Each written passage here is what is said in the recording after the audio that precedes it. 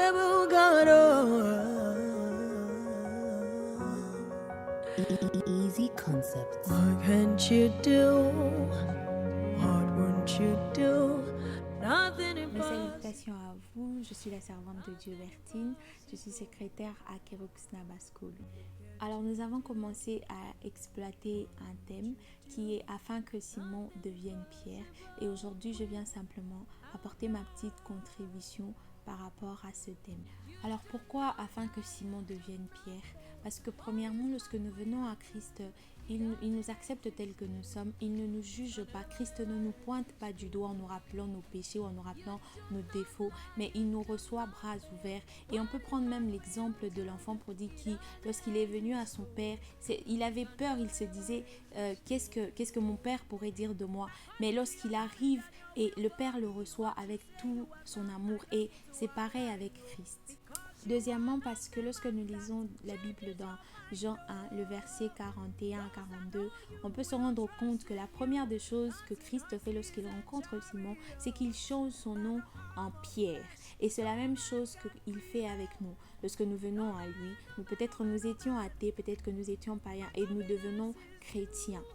Au-delà du fait que Christ nous accepte tels que nous sommes et qu'il ne nous pointe pas du doigt ou nous juge, il change aussi notre identité. Nous savons tous que l'apôtre s'appelait Simon-Pierre, mais je ferai une différence entre Simon que Christ a rencontré et Pierre que Christ a transformé.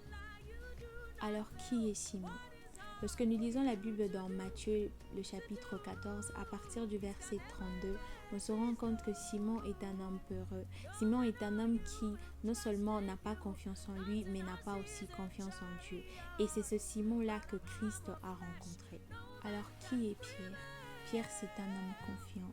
Pierre, c'est un homme qui n'a pas peur de parler de Christ, qui n'a pas peur de prêcher l'évangile.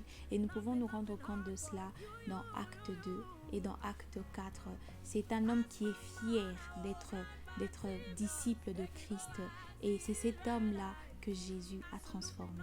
Nous pouvons nous rendre compte que tout cela était un processus. Simon est passé d'un homme peureux à celui qui avait confiance en lui, d'un homme qui avait régné Christ à celui qui était fier d'être appelé disciple de Christ jusqu'au point de mourir pour lui.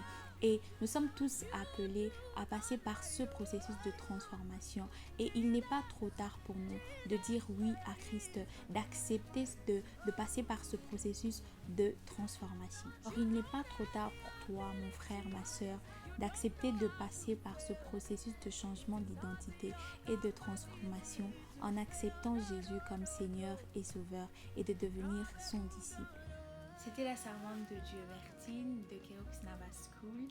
Alors n'oubliez pas de vous abonner, de liker et de partager, et que Dieu vous bénisse.